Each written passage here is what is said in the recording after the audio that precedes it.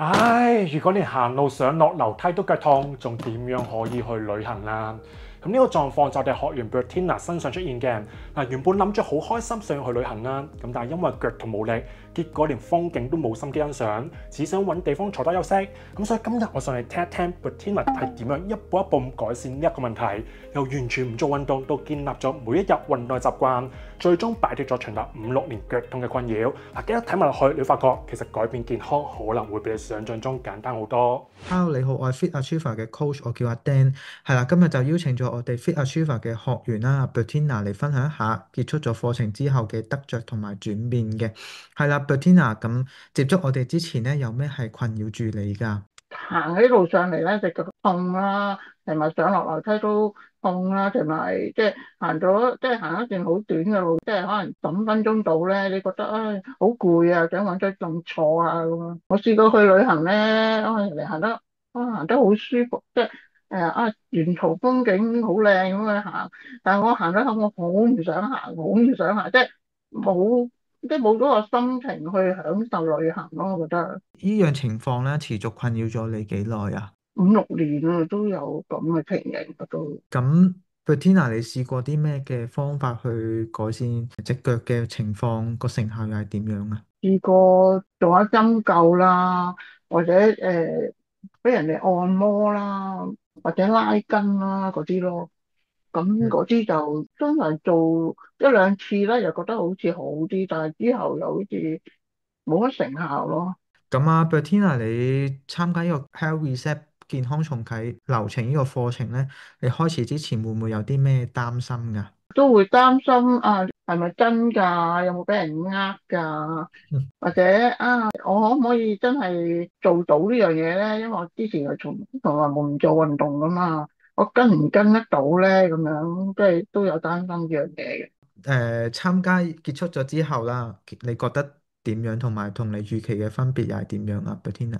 初初咧就我即係半信半疑咁開始啦，咁就參加咗之後咧，我就覺得係喎，初初嗰一個禮拜雖然係真係辛苦啲嘅，真係自己要適應嘅。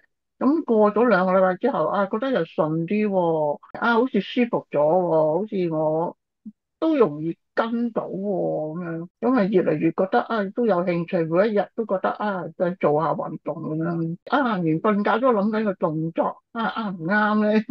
咁啊，同你預期嘅分別又係點樣啊？分別好大啊！即係覺得自己已經，我都可以做到喎呢個運動，即係或者，即係佢哋覺得啲手腳靈活咗，可以做到呢個動作。即嗯。係我覺得你啲運動咧係一步一步嚟，即係每一步原來都有你嘅意思嘅。即係可能我做第二輪運動，咁原來我做到 A 個運動，咁我變咗跟住做 B 個運動，原來你個 B 運動咧，你要做好咗 A 個運動，你先可以做到呢樣嘢嘅。每一層你做好咗咧，你係一路路做到咯呢個運動。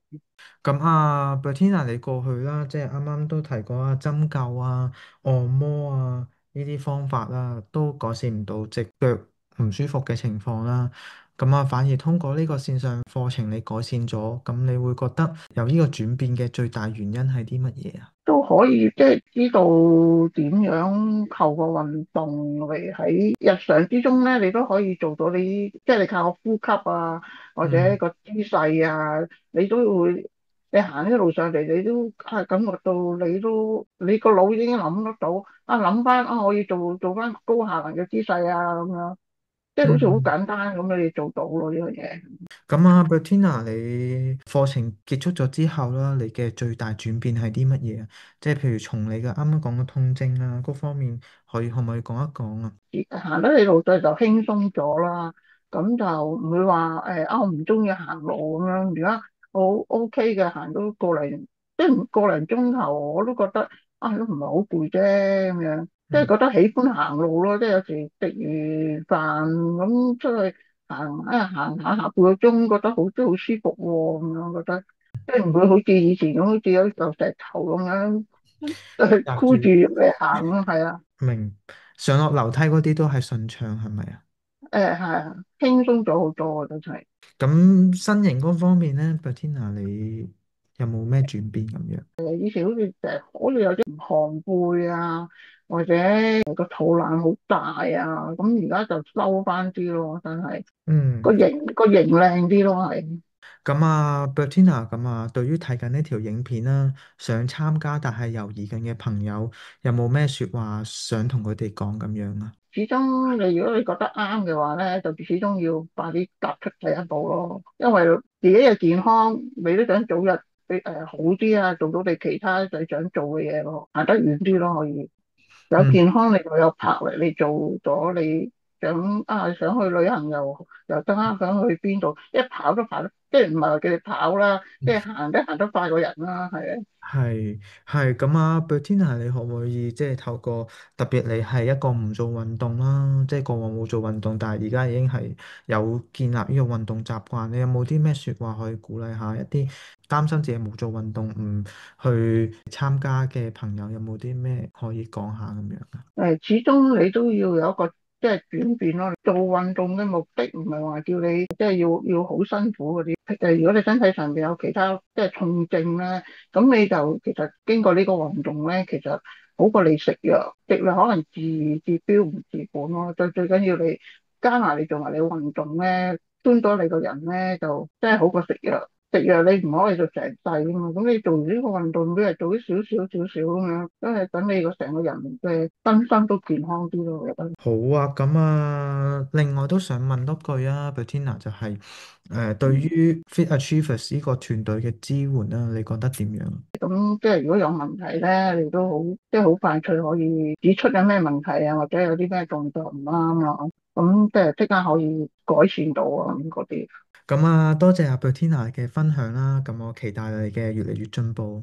咁以上就係我哋呢個學員嘅分享。咁所以如果你而家都受到長期慢性疼痛、肚腩問題嘅困擾，過去試過好多唔同方法都改善唔到嘅話，咁你可以點擊落邊描述欄嘅第一條連結，去了解下我哋健康重啟流程點樣可以進一步幫到你。通過平均每一日15分鐘嘅運動，就可以好似我哋學員一樣，最根本咁改善長期嘅慢性疼痛之餘，仲可以減走肚腩，恢復健康活力嘅體態。記得啦，詳細嘅內容去點擊落邊描述欄嘅第一條連結，咁我哋轉頭同你再傾過。